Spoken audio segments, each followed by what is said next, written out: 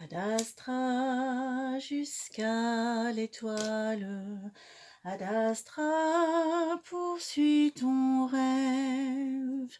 Bonjour les amis, c'est Diana de la chaîne Diana Guidance et on se retrouve aujourd'hui pour les énergies de la semaine du 9 au 15 octobre 2023.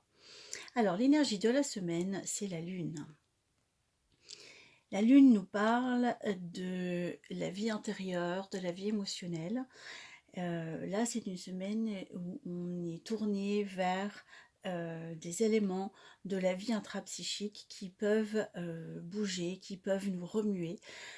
Sachant qu'on est dans un grand tournant général dans notre vie qui s'exprime de semaine en semaine. Et là encore, on est dans cette évolution, alors qui nous met en relation avec des éléments de notre inconscient qui peuvent remonter à travers des situations qu'on vit qui déclenchent des émotions. Ça peut être très très intéressant, c'est en général très intéressant. Ça peut être difficile, ça peut être étonnant parfois quand on est connecté avec des couches très très profondes. Là, ce qu'on a comme énergie qui nous aide, c'est la justice. Oups.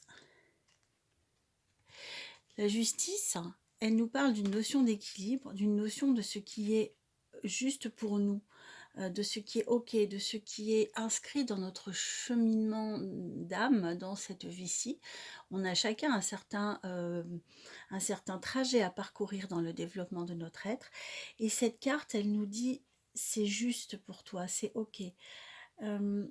Ce qui nous challenge en face, c'est le monde. Le monde, il nous parle d'une fin de cycle. Il nous parle de boucler un chapitre important de notre vie. C'est une carte en général très bénéfique. Ici, en situation de challenge, c'est peut-être que on a du mal avec certains aspects de cette fin de cycle, avec des choses à lâcher, avec des choses à régler. Et ce qui remue dans la vie intrapsychique peut nous amener à revisiter certaines blessures très anciennes qui demandent à être nettoyées, à être purifiées. Donc, cette carte, nous l'avions la semaine dernière en carte qui aide, et là, c'est en carte de challenge. Donc, voilà, c'est à la fois, on est porté par cette énergie de fin de cycle, et à la fois, cette semaine, ça nous dit, ça grippe un peu dans les rouages, mais n'aie pas peur, parce que la carte conseil ici, c'est la force.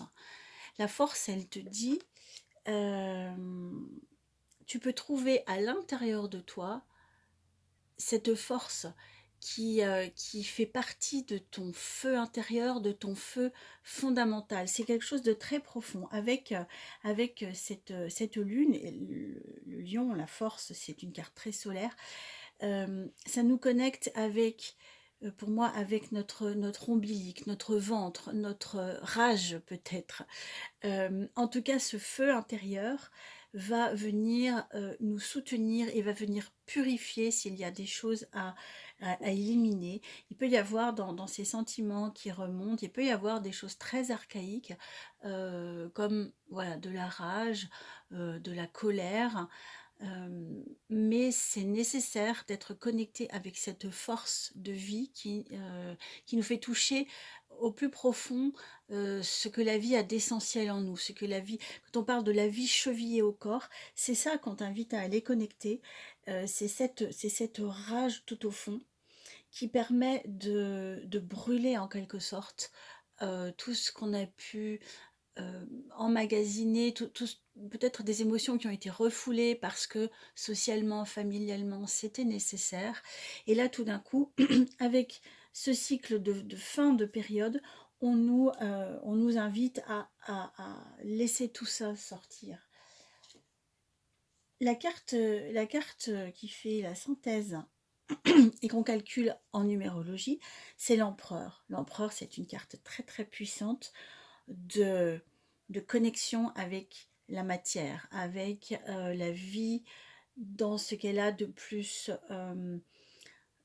ancré dans la matière, sur la planète. Il y a une notion de je règne.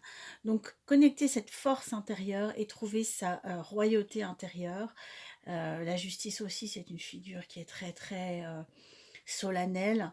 Donc il y a une grande puissance qui se dégage de ce jeu, alors qu'on est connecté à la vie intérieure, à la vie psychique. C'est très très intéressant. Donc voilà, quand on se sent ballotté par les émotions, en fait, elles sont liées à une partie de nous qui est très puissante, très archaïque, et on va connecter cette puissance-là pour pouvoir avancer d'un cran, faire tourner cette roue, faire tourner ce monde vers notre prochaine étape. Bien, et bien bonne reconnexion chers amis, je vous embrasse et je vous souhaite une très bonne semaine. À bientôt.